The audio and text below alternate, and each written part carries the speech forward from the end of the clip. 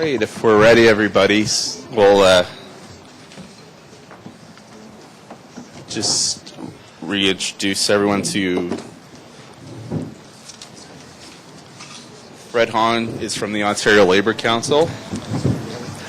Mike Robinson has a partner in crime now, and he's representing OMERS. And sorry, you're John Pierce. John Pierce will be helping him answer questions.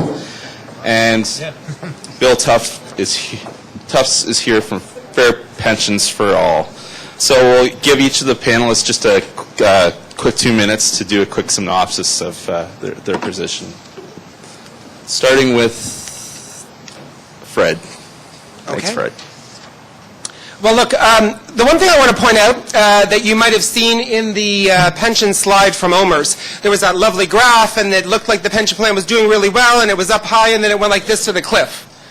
From 1998 until 2003, the provincial government made it illegal to make contributions to that plan. There were 5 years of mandated contribution holidays. Now, why would that happen? Well, at the time, the Conservative government downloaded a huge number of costs to municipalities, and they wanted that money to come from somewhere. So they robbed the plan of a whole bunch of money. And while the guys from OMERS might be too polite to say it, I'm not. That money did not go into the plan. That means that the region of Waterloo saved tens of millions of dollars and used it in other places in that 5-year time. That is part of the reason why that plan is not doing as well as it could be doing had those contributions gone in. In fact, in the private sector, when you look at these examples that people love to talk about of these failed plans, what you will discover is that as a result of very lax pension regulations, employers simply stopped making contributions to plans, and then they got into deficit. If we had rules that said that these kinds of pension plans had to be funded appropriately, if we were thinking about our collective future, if we were really concerned about thinking long-term instead of short-term, if we were actually concerned about all of us, we would be thinking about retirement income for every one of us. We don't want, as a union, my union CUPE, we don't want pension plans just for our members. We actually want good retirement income for all citizens. It makes sense for all of us. It makes sense for the private sector. It makes sense for the public sector. It makes sense for business here in this city. It makes sense for the city of Waterloo. Because if people retire and can't afford to stay here because they can't afford to live here, that's also not good for this city and for this region. Pensions are about long-term thinking.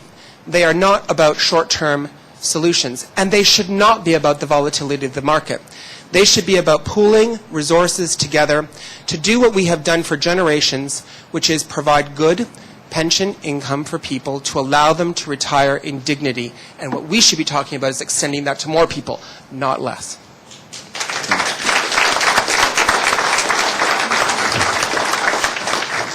Thanks, Fred. And now back to Mike and the OMERS gang. Thanks, Bob. I just want to focus on, again, reiterating back about the decision-making process at OMERS with respect to contribution rates and plan design. Again, I think I made it fairly clear that there is a board of 14 members, 7 employer reps and 7 member reps that sit at a table who represent their people they represent to make decisions on either raising contributions, lowering contribution rates, or increasing or decreasing plan design. And again, that board, back in 2010, received information and projections with respect to the pension plan and foresaw the pension plan peaking its deficit in 2012 at about $10 billion and put a plan in place at that point to return the plan back to surplus. And again, I want to just be clear is that everything that was introduced in 2010, that is all that's required to return the plan back to surplus in the next 10 or 15 years. No other changes are required for that to happen. So no other changes. And again, just to be clear, again, OMERS has a deficit. At no time would an employer or a member be given a bill to pay for that deficit. Deficits are paid for through contributions and through plan design changes that are done by the sponsors corporation. Similarly, if when the plan returns back to a surplus position, the employers or the members do not get a check from the OMERS pension plan to put on their balance sheets to do it from that way. So again, the decision-making process, and also there's a plan in place to get the plan returned back to surplus in the next 10 or 15 years. Thanks, Mike.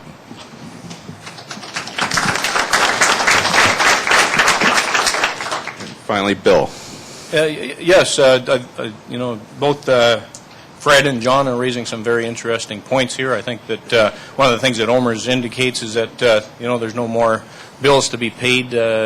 Relating back to a story what Fred mentioned, back at the turn of the decade, back in 2000, there was a 4-year pension holiday at that point in time. At that point in time, there was no contributions made from either employers or employees. Yes, there was some money that was not contributed by employers, but certainly that wouldn't have made much of a difference today where we are in the plan. And one of the things that Fred neglected to mention was that during that period of time, the benefits that were offered were ratcheted up significantly. Such things as putting in 100% CPI, there was an early retirement window open, so even though you may not have been eligible for retirement, you're able to opt out as if you were fully qualified. There was increased survivor benefits, and there was a whole range of things that were taken on both sides. The employers and the employees didn't contribute until the surplus was used up, and the employees got significant enhancement in benefits at that point in time. And I think that's why, in that earlier slide, we saw the pension promises doubling over the last decade. Part of that is the significant increase at the same time. And one of the things that I'm very pleased to hear is that John and Fred are telling us there's no problems with pensions. Everything's all okay. Everything's going to be taken care of. The markets are coming back. 1 minute. The pensions that we are paying are not overly generous. Everything's in line. So I think that lines up nicely with options that I hope everybody is asking for and looking for in the question period. One of the options that I would suggest is that, since the plans are doing so well, they're looking so rosy for the future, that taxpayers be taken off the hook for any future liabilities. I think that would be fair and reasonable. Contributions kept level where they are today. They're at 15% for employees, 15% for employers. Local companies average about 5% into their defined contribution plans. A big company in the area here, RIM, offers 5% for its employees into the defined contribution plan. The 15% that we're paying as taxpayers, paying as employees. Those people who pay have a say. So let's put that in place and suggest that employers, taxpayers, be taken off the hook for any future shortfalls, and the plans can return back the way that Fred and John are suggesting they should. Thank you.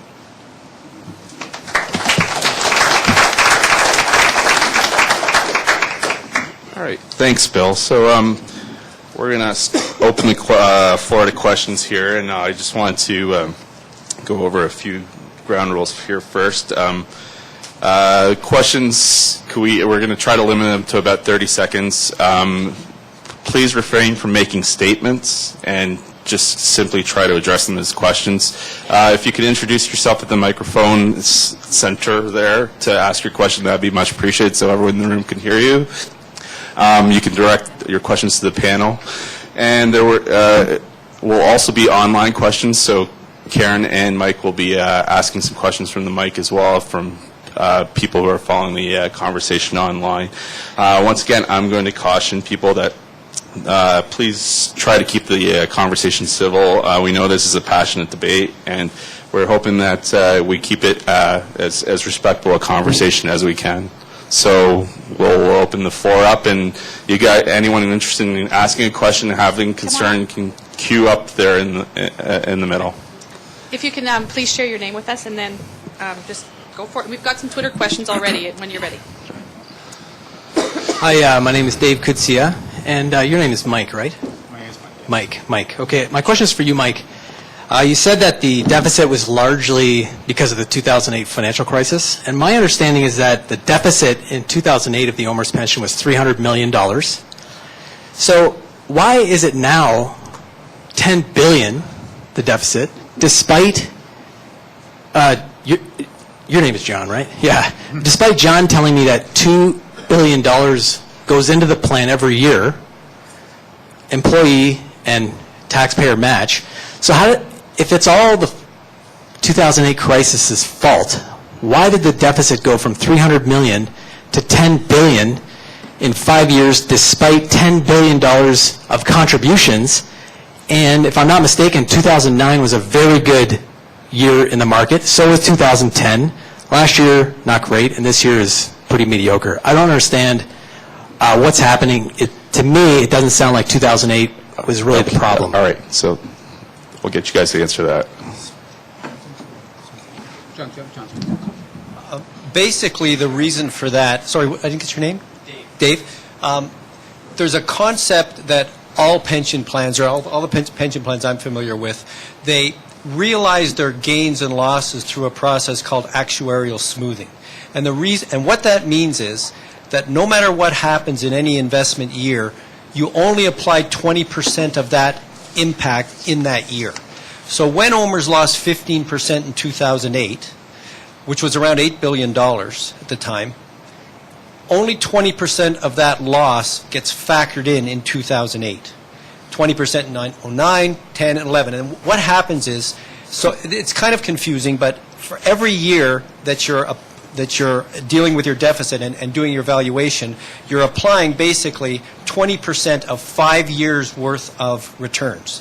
So the 2008 impact doesn't end until 2012. And the reason actuarial smoothing is in place, it's so that contributions can stay stable. You don't have to bring in volatile contributions up and down depending on the way investment years go.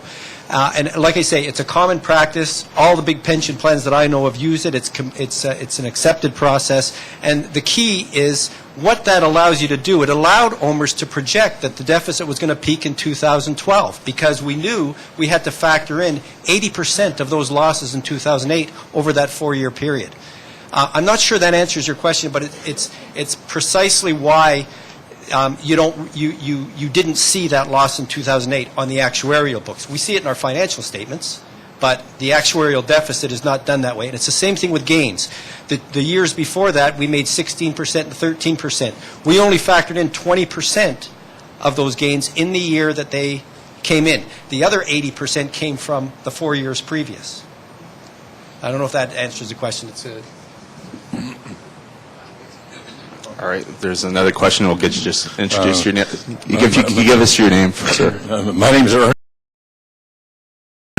and I'm not sure, did I understand you right when you said that OMERS is financed completely by employers' contributions and employee contributions? Why did the City of Waterloo give you over $1 million last year of our taxpayers' money? Is that... Can I just say, OMERS collected last year from all employers and all employees. I'm sorry, how much did you say, Waterloo? Over $1 million, and they paid in the deficit? No, it wasn't paid on the deficit. What happens is the employer, Waterloo in this case, is responsible to pay to match their employees' contributions to the plan. The employees' contributions are based on their salary. So and it's a percentage of salary, and there's a formula. So if Waterloo employees in total were required to pay $1 million or $2 million or whatever it was, then the City of Waterloo would be paying their 50% share. And that's the way a jointly sponsored pension plan works. They're defined in legislation. They're required to contributions are required to be equally split between employees and employers. That is not the way I understood the newspaper. They paid over $1 million in back deficit against the deficit. No, absolutely not. There were absolutely no payments towards any kind of deficit in that way. The only payments... Maybe a councillor can answer that question. I think councillors are just here for information tonight. If you want to direct this question to Tim Anderson will come up to the mic and answer sort of the city perspective tonight. Thank you, Bob. Tim Anderson, CAO for the city. I think the answer to that question would be over the last 3 years, the city, with the contribution rate increases, contributed a total of $1 million in net new money into the plan. As noted, that would have been matched by the employees of the City of Waterloo. But it was contributions, it wasn't yet. Contribution rates, yes. Over 3 years. That's correct, over 3 years.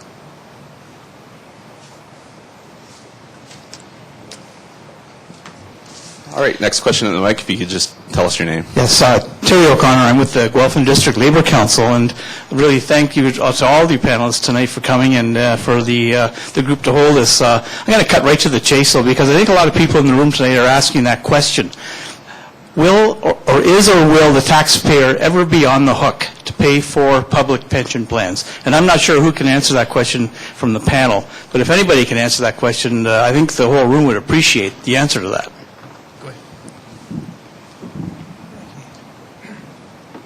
Again, as I mentioned before, when a pension plan is in deficit, any registered pension plan in Ontario is in deficit, they are required to submit a plan to the provincial regulator to return the plan back to surplus. And again, the Sponsors Corporation of OMERS, this body of members and employers, people who pay have a say, have the ability to return the plan back to a surplus position, either through increasing contribution rates or reducing the benefit, or a combination of both. Again, the other lever the pension plan can pull is to try to have better investment returns. OMERS is always trying to optimize returns without taking undue risk. So would a taxpayer ever receive a bill directly to pay the deficit? That would never happen, right? Again, the Sponsors Corporation, of which the employers have a say at, would determine either through contribution rate increases or a plan design change. Maybe I could just... Do you mind if I... Sure. So, look, here's the thing. We pay taxes for lots of reasons. But taxpayers are on the hook for something that is the real crisis here, which is that 60% of us, 60% of us don't have a workplace pension. We rely on the Canada Pension Plan. That Canada Pension Plan is a moderate kind of income, and increasingly, as people have no access to other kinds of surplus retirement benefits, it means that people are retiring into poverty. So I use the example of what happened in a place in the States. There are many other examples. If people are retiring in poverty, we have a system funded by the taxpayer that assists. There's social assistance. There is, guaranteed income supplement and the old age security money, all funded by the taxpayer. Our members in CUPE are all taxpayers. What we need is a comprehensive discussion that starts to think about how do we plan for the long term in a way that makes sure that people are able to retire in dignity, in a way that makes sure that they can live in our communities and continue to contribute to the economy, and in a way that makes sure that they're not actually a burden. The challenge we have when the private sector refuses to offer good, solid pension incomes is that in the end, we all are on the hook for that when more seniors are retiring for poverty. Right? Yes, that's a very good point, Fred, but I think we need to point out what's happened in the private sector, and there's lots of employers around the community here that did at one point in time offer a defined benefit pension plan, and unfortunately they just weren't sustainable. There's no way that they're going to be sustainable at the government levels as well. And yes, citizens are going to be paying for pension shortfalls. You're talking about a $10 billion pension shortfall with OMERS. Supposing that we're only on the hook for 50% of that, that's $5 billion that's increased just since 2007. If we look at the trend, that trend is not going to turn around unless somebody sees something miraculous with the marketplace. But one of the really big challenges with the cost of these pensions is the increasing base compensation, because those pensions are based on your base compensation. As you see your salaries and wages increasing significantly higher all the time, that equates to a 70% pension. And that's why we've seen the first 40 years of OMERS, the pension promises were $30 billion, but they've doubled to $64 billion in just the last 10 years. Those are going to continue unless communities are finding some way of being able to control that base compensation cost. And yes, the shortfalls are going to affect all of our communities. We're going to be paying much more in taxes, and we're going to be seeing services severely cut unless we want to go into debt. And to suggest that there's somebody out there that's going to be able to bail us out is not very realistic at this point in time, considering that the province of Ontario is into a death spiral on its finances. It's short $14 billion. And one of the first things that we're going to see is that they're going to be downloading on to communities. So let's look at some realistic options on these pensions. For example, why should we have in Ontario 14,000 public sector employees walking away with $100,000 a year pensions that are going to be indexed and are going to escalate?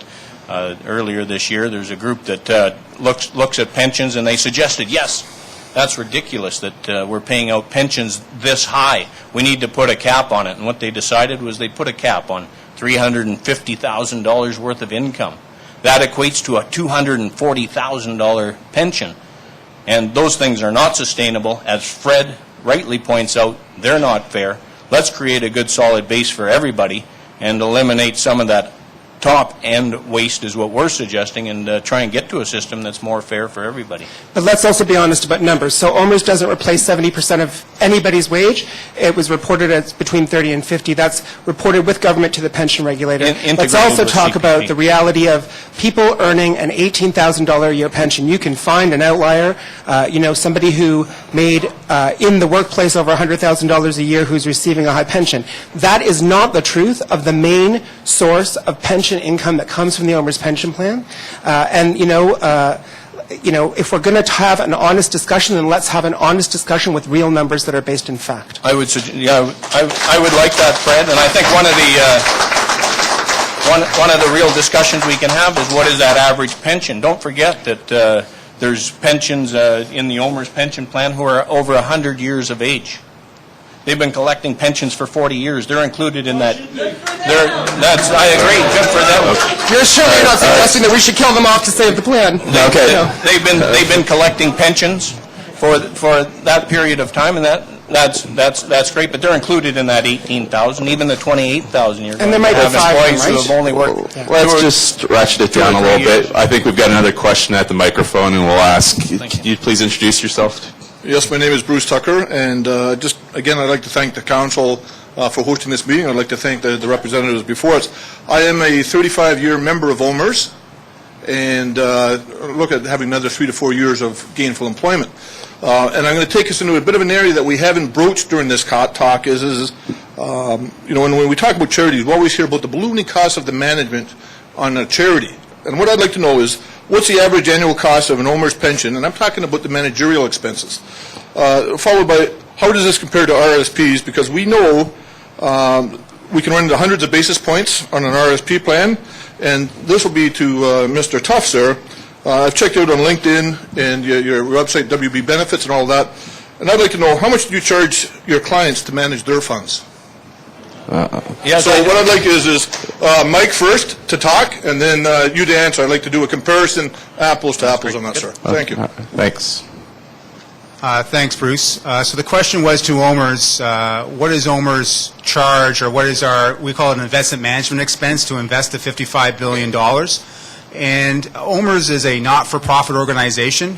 We are reporting to our members and employers that fund the pension plan.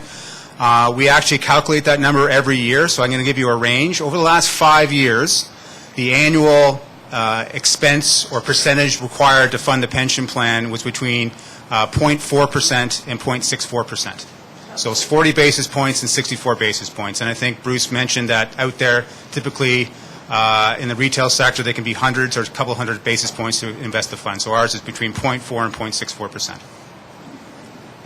Yes, and I would agree that that's a challenge for Canadians who are investing outside of the public sector system, and that needs to be addressed. We're not here this evening to address that. I was in front of the Senate committee earlier this last week, and we were talking about the new PRPP plan, which we think is a very good plan, which personally I would like to see OMERS get involved with managing it and bring those MERs, or the management expense ratios, to all Canadians. One of the things that I would say, there was a question about what I charge. I'm not in the investment business, sorry. I work as an employee benefits specialist. I do health and dental plans. I don't have any investments that I charge.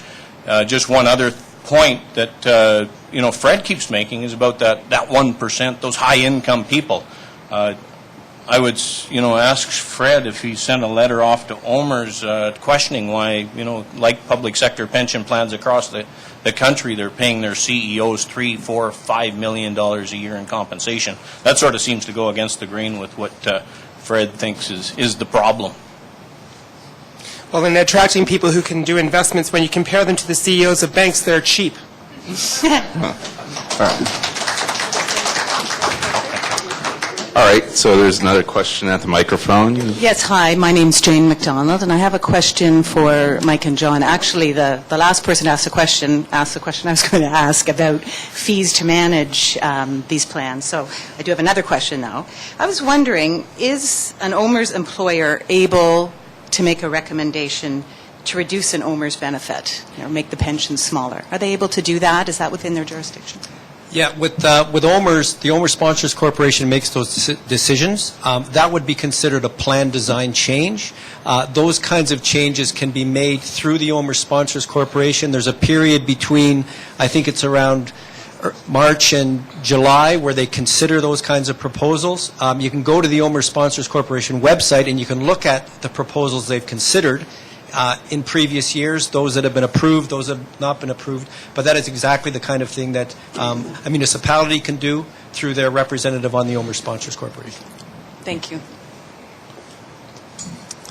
All right, next question. Thank you, Mr. Chair. My name is Dean Good. I'm the president of the Waterloo Professional Firefighters Association. And again, I'd like to thank the panel for coming forward tonight and providing some solid information. Having said that, though, I'd like some clarification on a couple items, if I could. The first one was some numbers thrown out saying that a firefighter, for example, with 30 years on the job would walk away with a 70% pension. I got to tell you, I'm not that guy. I have to retire at age 60. I'll have 29 years of my pension. My calculations are about 58%. I would just like some clarification on that number, please, and then I have a second point of clarification as well. So just respect to the firefighter question, a person who retires with 30 years of service on average will get about a 60% pension. To get a 70% pension, you have to work 35 years in the OMERS pension plan. And just to be clear, the OMERS pension plan is capped at 35 years, so a member cannot receive any more service past 35 years. So a firefighter with 30 years or 29 years in your situation would get less than 70%. That's correct. Very good. Thank you for the point, the clarification. One other item was, I believe it was brought up by Mr. McGrean, who is the former chair of the now defunct Citizens Budget Task Force. He said that pensions are crippling municipalities. I'd like some examples of that, if possible, because Right behind you, in the States. I'm sorry. Could you mention some in Ontario? Not in Ontario. How about Canada? How about Canada? Yes, that's a very good point. Part of our advocacy work is working with governments across Canada, and there certainly is a very serious problem out there. One of the things that buffers... Could you tell me how many cities that have exactly what they are? Municipalities. One of the things that Hold on a sec. One of the things that buffers OMERS is the ability to be together in one comprehensive big plan. I think that's the plan with... that John was mentioning about the pooling of those sort of stranded pensions out there that are not doing very well. One of them, for example, is the University of Toronto. It has a $1 to $2 billion, depending on whose opinion you take on that. One of the things that's happened is the pension plans at universities have escalated from a shortfall of $600 million 3 years ago to over $3.6 billion today. There's some other very serious pension problems happening across the country that are very indicative of what's happening out there. Let me just read a couple of the headlines here. PEI pension shortfall at $436 million. PEI's pension shortfall has ballooned to $436 million in June of this year. The province was having to do extra funding to the tune of $230 million. The city of St. John is on the verge of bankruptcy from its pension plan. It's got a pension plan that's short $385 million on a $150 million budget, so it's running at about 250% of the city's revenue. When you compare that on a debt to GDP, it's serious problems. This year they're going to have to kick $26 million of that $150 million budget into the pension plan. It makes the pension plan the single biggest budget for the city of St. John, bigger than the police department, bigger than the fire department. Next, we roll on to the city of Montreal. They're in a catastrophic position with a $600 million pension shortfall. This year, the extra pension payments into the city of Montreal are going to eat up 17% of the total city budget. That's just attacking the shortfalls without considering the ongoing pension funding. There's a pension fund in Saskatchewan, which is very interesting if you're interested in what's happening with pensions across the country. The teacher's pension plan in Saskatchewan. It closed down in 1978. In 1978, it had a $1.2 billion shortfall. Since that point in time, it's escalated so that the shortfall, despite it's been closed for 30 years, no new employees, it's short $5.1 billion. That's bigger than the total debt of the province of Saskatchewan. Some of the things that Mike had pointed up earlier on the PowerPoint there, longevity, they've got a teacher who's retired 109 years of age. When she retired, probably the life expectancy was in the 70s. The investment returns, we can roll on through to the city of Saskatoon, and then finally the federal government has got a $200 billion shortfall, which, let's compare that to the total scale of the federal government. They've got I'm sorry, the number escaped. I think they've got a $388 billion debt based on deficits that have accumulated over the years. So an additional $200 million. It's not even included on the debts of the federal government. So it's about 50% of the total debt. So it's unfortunately, there's a very nasty demographic tsunami that's ripping through the Western world. It's ripping through Europe. It's ripping through North America, and unfortunately, it's coming through Canada as well. So I think this is a very helpful evening, and let's get together and discuss some of those options that we need to do to make it sustainable and to protect your union members. And that's fair, but of the 80,000 municipalities in North America, I believe 8 have run into significant financial problems. So OMERS has the plan. Yes, that number's not accurate, but thanks. Got a couple of questions from Twitter, guys. I think if I can maybe just ask two. One's a clarification, but number one, for the OMERS, you mentioned that nothing needs to change now for the next 10, 15 years. What's the rate of return you're assuming on those investments then? Because you're not changing pensions. 6.5%. Amounts. 6.5% net of your fees? 6.5%, yes. Okay. Very good. So that's assuming like 6.5% per year for the next 15 years. On average, yeah. And I just needed a clarification here on the fact around paying $50,000 into the plan. I think this is referring to what Bill was referring to earlier, and then getting $900,000 back. If you can just explain that again for one of our listeners online. Yeah, I don't know what the reference to that was. It was a report that OMERS has on their website. You can check it up. It's called Report to Members 2006, and they were using it as an example. But to be fair, it had come off of those 4 years of pension holidays. But it gives you an example of for every $1 that employees were putting into the plan at that point, they were taking out $20. So we want to bring it back to the issue of affordability and to the issue of fairness as well. I'm not completely familiar with that number, but I do know that OMERS has said and has done calculations that show that for retirees, basically the funding of retirees, about 15% comes from contributions that the retiree made as a worker, 15% comes from the matched contributions from the municipal employer, and 70% come from investment returns.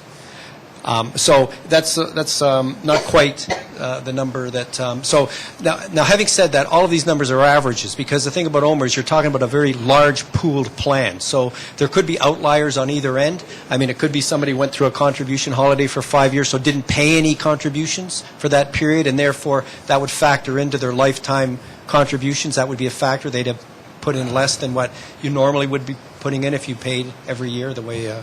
Yeah, that's available on the website. It was under a report to OMERS members 2006, and it was presented as a generalized statement. It could be an example. It was a generalized. And one quick other question here to Twitter. I think this is an easy one. Can Waterloo or any municipality opt out of OMERS defined benefit pension plan? So could an OMERS employer, the 900 employers or 1,000 employers in OMERS, opt out of OMERS? There is a process for that to happen. The City of Waterloo would have to make an application to the Sponsors Corporation to exit the OMERS pension plan. Along with that, there would have to be a confidential or private vote by every single member who's in the pension plan with that employer. And each one of those would have to be an unanimous vote to exit the OMERS pension plan. So we would have to have 100% of the members would have to exit. Okay. That's not really those who pay have to stay. All right. We'll get to our next question. And could you just tell us your name? Hi, I'm Wendy Strube. and I have a question for Mike and John. I think it relates to having to have the burden of the shortfall fall to the taxpayer, which probably isn't that fair. So I want to direct the question to you, too. How much of this loss that you're looking at, or shortfall that you're looking at, is related to asset-backed commercial paper? OMERS had very little exposure to asset-backed commercial paper. What's that? Far Can you less than, quantify it? I think it was virtually nothing. I can't tell you the exact amount, but I think I'm pretty sure it was close to zero. And the reason is we were offered that asset, and our research team, and again, this speaks to the point, we do have a crackerjack research team on our investment, in our investment groups. They declined that offer, and although some of the other pension plans did get into that asset in a big way, and that's the reason OMERS, during that year, where some plans lost 28, 30, 40% because of that asset, OMERS lost 15% because we had no exposure to it. So that wasn't my understanding. My understanding was that you did have it on your books. No? If we did, it was so minimal that it wasn't material. Thank you. One thing. Sure. One thing I would like to point out is the fact that Canada's pension funds are recognized as being some of the best in the world. The pension fund managers at OMERS and teachers are top-notch, and they would rank right on the top of all the investment advisors around the world. That's something that we can be proud of in Canada. We don't think it's going to stem the demographic tsunami. I agree. I agree. They are excellent managers. Thanks very much. All right, next question. Just introduce yourself. Frank Ramignano, I'm with the International Association of Firefighters. You're absolutely right what you said about the pension plans and having some of the best managers, but also what we have in Canada is some of the toughest regulations. And to compare apples to apples, I don't think it's fair to look in the South or in the U.S., look at their pension plans when they don't have the income tax regulations that we do. Some of them have accrual rates of 3.5%. I don't think it's fair to say that we're going to go Sorry, bankrupt. Frank, is there a question coming? We're trying to keep away from statements at the microphone, so. I just heard other people being able to make a couple. I'll keep it brief. Sure. There is a website on bankruptcies in the U.S. Over 80,000 municipalities, 9 have gone bankrupt. That's 0.0007%. In Ontario, we're not allowed to run a deficit for municipalities. So how a municipality can ever go bankrupt in Ontario, I'm not aware of. Maybe my math is fuzzy. But I guess to Fred, are you aware of any municipality in Ontario, or for that matter, Canada, ever going bankrupt? No. Thank you.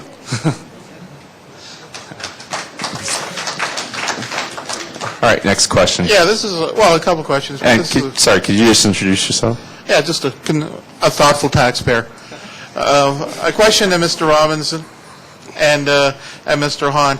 Why aren't you accentuating the fact that you're presenting the real circumstance where the deficit can be cured by 2.9 increase on both sides, as opposed to the gentleman from Unfair Pensions for All, who is saying that this is catastrophic, unsustainable, and all this when, as I understand it, 2.9% is roughly 1 year's worth of inflation, and that. And the second thing about the gentleman from Unfair Pensions for All is, as he's pointing out, that major companies have given up on their defined benefit plans. But isn't this part of the problem in that for the last 30 years... So I'm getting to it. Yeah. In the last 30 years, the share of percentage of GNP of corporate income and the level of corporate income is at high rates. Most of that, a lot of that coming from playing with paper, like playing with paper in the financial markets. And most of that is from lowering the wages and the benefits of their employees. So when you're saying that's just pure greed, that's not because of necessity. And the taxes... you know what? Sorry. Yes. I think you're having problems. Excellent point. That's an excellent point. I think a lot of juice here, but an excellent point. And I think Mark Carney just recently pointed out your point that corporations are sitting on about $500 billion worth of money that he wants to invest and get back into the marketplace to reinvigorate the market and get it stimulated again. I would like to point out there's $800 billion of public sector money that's sitting in public sector pension plans for Canadian public sector workers, and about 60% of that is invested outside the company. So I would suggest sort of a tit for tat that the pension plans reinvest in our economy, and that money sitting on the corporate sidelines would do well as well. Well, maybe if you gave it to the employees, maybe they'd spend and the economy would perk up. Instead of doing a class war on middle and working class people. Instead of having an argument at the microphone, if you have a direct question to ask. And my other question is, why would you head up the task force with someone who obviously has a conflict of interest? Because if you do abolish the pension plans, then or seriously cripple the pension plans, then you're going to create a lot of demand for his industry and make him and his people who created the bubble and the burst of 2008 very rich. Give him a chance to rebut. Yeah. He's going to be attacked. Mike, do you want to respond to any of that directly? Like I said before, I'm a father of 3. I have 1 other child on the way. I grew up in Waterloo. I'm here to represent taxpayers so we can all have an enjoyable life. I can't opt out of paying my tax bill. I do get the bill in the mail, by the way, but I can't opt out of paying my Shaw cable bill. I have that full free will. As a taxpayer, I'd like to keep my taxes minimized. I want to understand where they're going or where they're coming from. So, anyways. Thank you. And as a taxpayer, when there are increasing numbers of people who are retiring in poverty, as a taxpayer, you're going to have to pay more. Because you're going to have to pay more for social services, and you're going to have to pay more to support folks who are retiring into poverty. Look, this has to be a discussion that is a full discussion, that is a long-term thinking discussion. Unfortunately, there are those who want us to think short-term and to think only about the short term. Pension plans like OMERS are about the long term. When we're talking about a 15-year timeline, it sounds like a long time. But in the pension world, it's actually a very short time. These kinds of plans make sense. And in fact, what we should be doing is talking about how to extend coverage to other people so that we have folks who can retire with measures of dignity in other places. It doesn't fix the problem of people retiring into poverty to remove pensions from the few people who have them. All right, there's another question at the microphone. Once again, is it Dave? Yeah, thanks. Yeah, Dave Kutsia. I got 2 questions, one for Bill, one for Fred. Bill, can you clarify, you mentioned there's some pensioners in their hundreds. Are you speaking about removing the pension from those people or reevaluating the whole system because of an aging population? I just wanted to clarify that. Yeah. To Fred, if you have us believe that the Canada Pension Plan is great and OMERS is great and probably Ontario Teachers' Pension is great, do you think it's a good idea that we merge all of them so we can all draw from them directly? I pay into OMERS through my property tax. I pay into the Teachers' Pension Plan through my income tax, but I see none of the benefit. Would it make sense to merge them all and, distribute the wealth equally? So the first question, part of the question first, and then I'm sorry, let Fred go ahead there. Okay. So the Canada Pension Plan provides a modicum of retirement income for people all across the country, but it isn't sufficient. It's why we've been saying that it needs that the returns there need to be doubled, and that people need to pay increased contributions, and that includes business.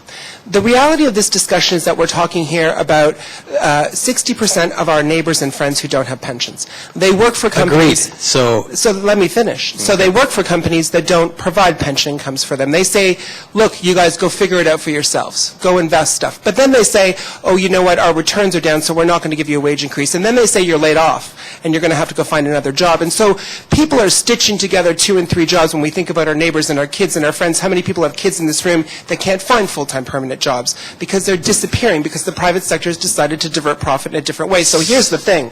How do we plan for our future where you as a taxpayer and me as a taxpayer have a sustainable system for the future? The best way to have that sustainable system for the future is to pool resources. It's why OMERS and municipal plans here are very different than a place like Quebec, for example, where all the municipalities have have separate individual plans. Pooling and having larger resources to weather difficult times in the economy makes sense. It's why the Canada Pension Plan is so successful. So should It's we why it's merge them actuarially all? sound for Should we 75 merge them years. all and draw down equally is what I'm asking. Should we If you're merge asking all me the whether public pensions? every- Would that do I- work? Would that Do help? I think that everybody should have a defined benefit plan? Yes. Do I think we should figure out a way to extend those kind of benefits to everyone? Yes. Do I think that the plan that we all have, the defined benefit plan that we all already have, the Canada Pension Plan, should be strengthened? Yes. And that's a good point. I think equalization, we have $33 billion going into RRSPs for those outside of the public sector pension plans, and there's $30 billion going into the public sector pension plans. I would think that an equalization, if we all threw our money into the same pot for CPP, what we would see would be that we would all be much more equal in terms of the types of benefits that we have. Thanks. Next question, just if you could tell us your name. My name is Eleanor Grant. I have a question for the two OMERS fellows. The investments you make in publicly traded companies, I gather you're speaking of, is any thought given to the ethics of those companies, like whether they're investing in armaments or mining companies with human rights claims against them and so on? OMERS has a statement of investment beliefs and a statement of investment policy, and basically an investment policy on our website. It's a really difficult question. OMERS has no screens. Like there's no area or no asset where we say we will never go into that asset. However, the OMERS board is responsible to make decisions about the kinds of investments that are made. So they do consider, and environmental factors are considered along with a whole slate of other factors. So environmental, social factors, human rights factors, labor relations, all of those kinds of things are considered when OMERS is considering making an investment. That mostly happens on the private market side. On the public market side, we have proxy voting guidelines on the website, which indicate how we will vote our shares in a situation for any one of those public companies. And you can go there and read that. It's an 8-page document that basically tells you all of the kinds of things OMERS considers, and it's all of the things you're talking about in making those votes. All right, that's great. So we've got about 5 minutes left. There's a question at the mic, so if you do have a question you want to get in before our 9 o'clock cutoff, if you want to queue up at the mic, that'd be great. So, the next question. Thanks. My name is Ernie Ryder. I'm from Waterloo. I have a bit of a statement, which is the prelude to the question. Sorry, can you lift the mic My name up? is Ernie Ryder from the city of Waterloo. I have a question which has a statement to try to find out how this affects OMERS.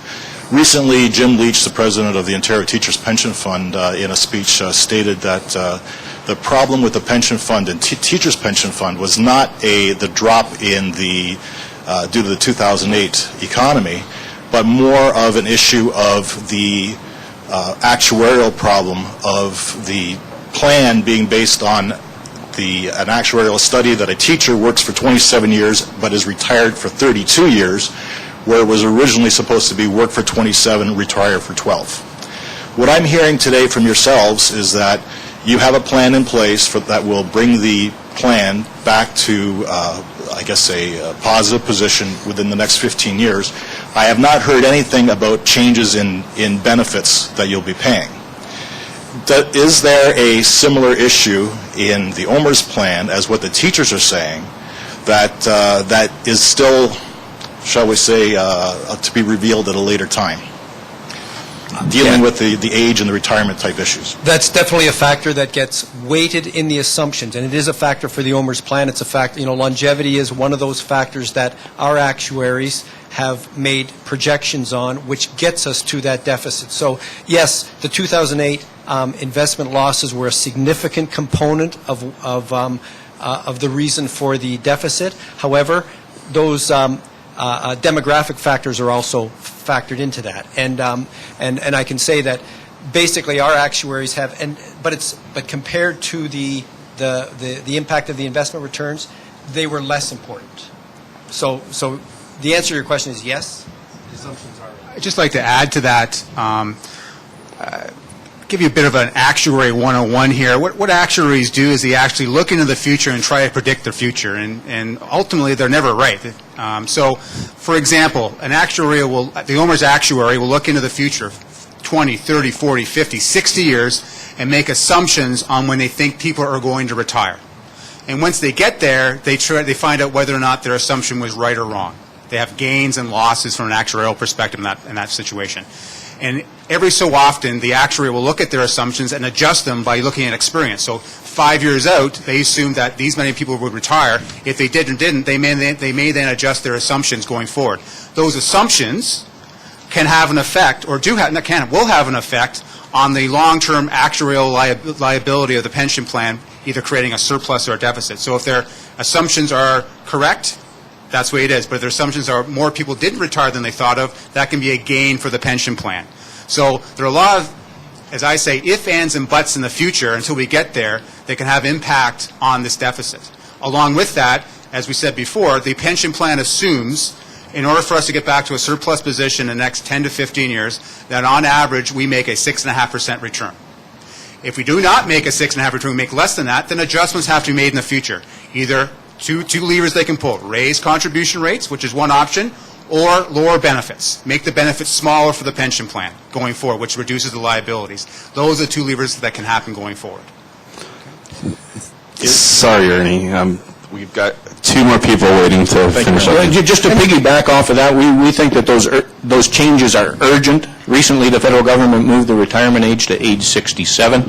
We're still going to have, security forces members retire at age 53. The rest of the crew will follow behind at age 58.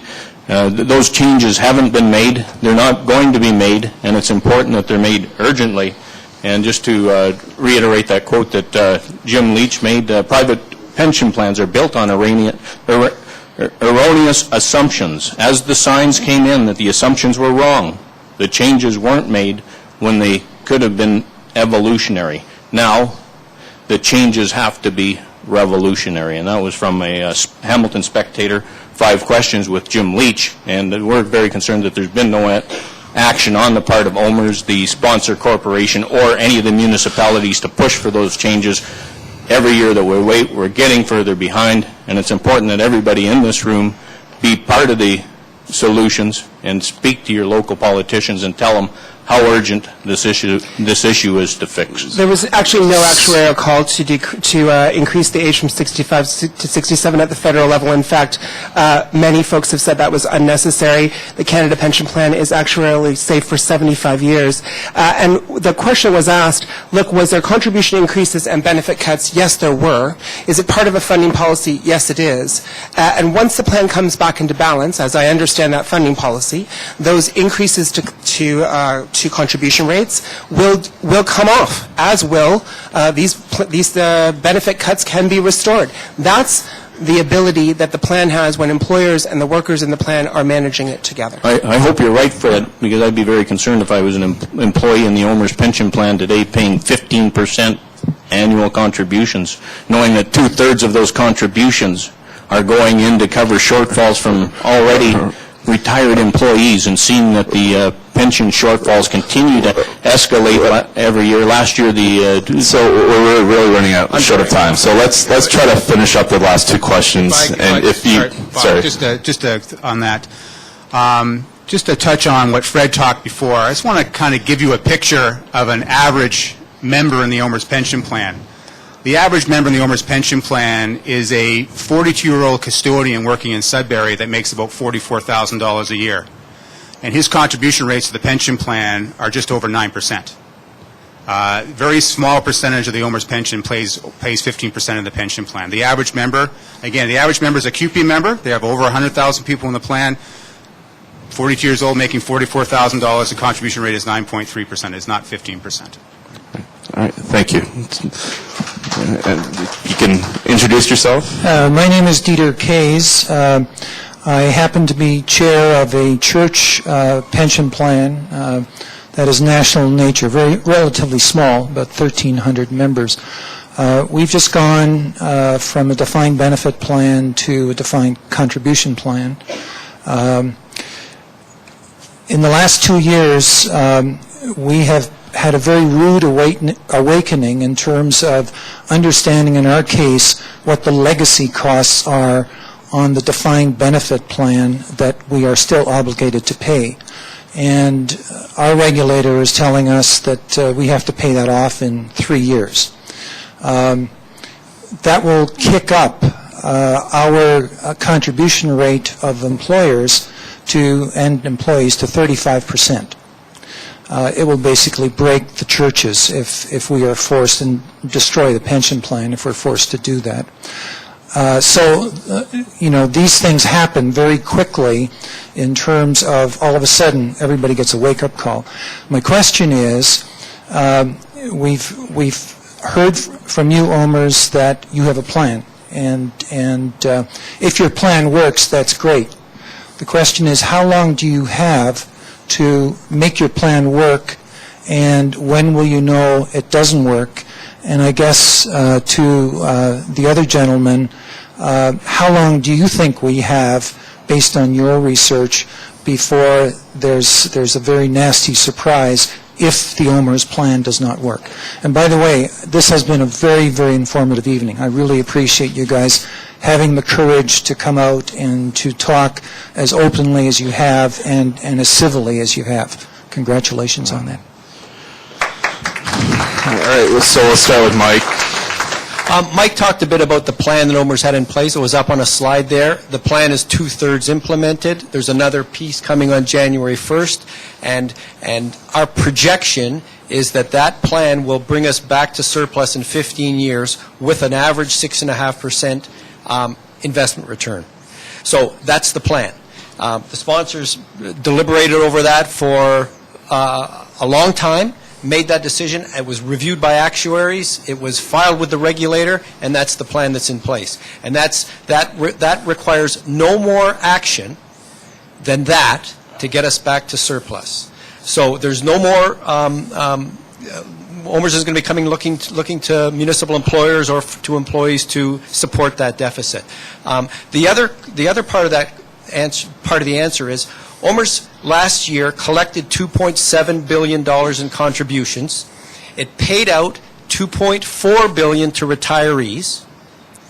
So it collected $300 million more than it paid out, and it has $55 billion in the bank, invested, not in the bank, but in assets.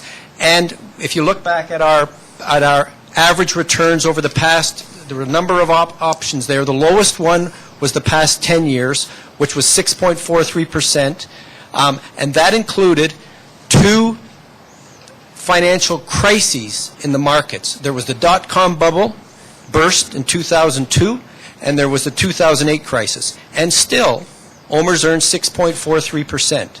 So there's 2 answers to that question. We've got $55 billion. We're still collecting more than we're paying in contributions. We're still earning returns that outstrip what we pay in contributions, dollar for dollar.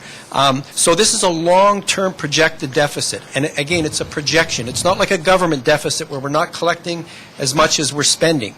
It's a long-term projection. And it's there to protect people who are in the plan, to make sure that if they start work at 16 today, that when they retire and live to 87, that there's enough money in the plan to pay them. That's what's expected of the pension plans. That's why there's a deficit. And that's the plan for getting out of it. Just in terms of that, we think that the pension plan, somebody asked me the other day, we were out at a presentation, we do presentations regularly, and somebody said, man, those are pretty dire consequences that you're talking about, Bill. When do you think we're going to hit the wall? I thought about that, and it occurred to me that it's not going to be a hit-the-wall event. It's not going to be an event where the wheels fly off the car, the fenders go here, and the windshields break. We've already fallen off the cliff. We're floating. We're trying to control how bad that's going to be. We were very critical of the OMERS amortization period of 15 years that Mike and John are describing. Before, pension plans had to be good on their promises every 3 years. The provincial government was desperate to try and avoid a confrontation about having to make any urgent changes to the pension plan, which would have required serious increases in contributions, probably decreases in benefits that are paid. And they said, hey, we're going to let you amortize that over 15 years. It's like going to Vegas for the weekend. You come back home and your wife says, "Man, how was the trip to Vegas?" You said, "Great, I only lost $5,000." She goes to the bank the next day and she sees the bank account's $15,000 short.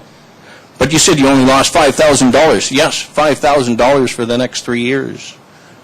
And that's what they've done on this pension plan. We were in complete disagreement with it. It's really done a disservice to plan members, to taxpayers. Let's keep our fingers crossed that we're going to see a couple of years of 40% back-to-back investment returns, because that's the only thing that's going to bring us back, and I don't think those 40% investment returns are coming.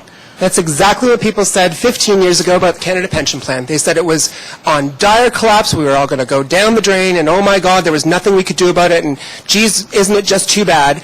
And there were some small adjustments that we all made, and that plan is now funded for the next 75 years without us making any more. If we stop contributions today, it's funded for 75 years. Look, this is just isn't true. It is fear-mongering. These are things that have been in place for a long time. Yes, the market goes up and down. But these plans are built in order to ride over those difficulties in the market. And at the end of the day, if we're talking here about how we think about the future, I would just encourage us to think 15 years from now. OMERS is asking us to think about what could happen in that plan. I want you to think about what happened 15 years ago with the Canada Pension Plan when everybody said it was going down the tubes and how well it's doing today. That's very encouraging. That's very encouraging, Fred. Bill, let's just get to the last question, sorry. So last question of the evening. Glenn Thompson. There's an article in the paper there. A couple of weeks back in regards to the Waterloo landfill. And 1 year was going to go, the budget, they wanted $31.5 million, and it was going to go to $36.7 million. It's a 16% increase they're requesting in 1 year. Of that $5 or $6 million increase, over $2 million was to pop up their pension plan. What percentage of that money do you put into pension plan? I think somebody from Waterloo would have to answer that. Sorry, Tim.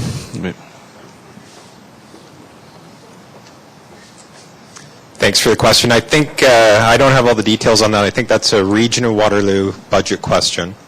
And specifically, it was related to the landfill rates, and I recall the article. And there was a component of the budget pressure that is related to the pensions. But again, I don't have the percentage of the region budget. For clarity, I can speak to Waterloo. About 2.4% of our overall budget goes into the pension plan. So of our $156 million budget, roughly around $3.7 million a year goes toward the pension plan. Yep. Thank you. So that concludes the evening. Thanks to all the participants, and thanks for a spirited and respectful discussion. Thank you.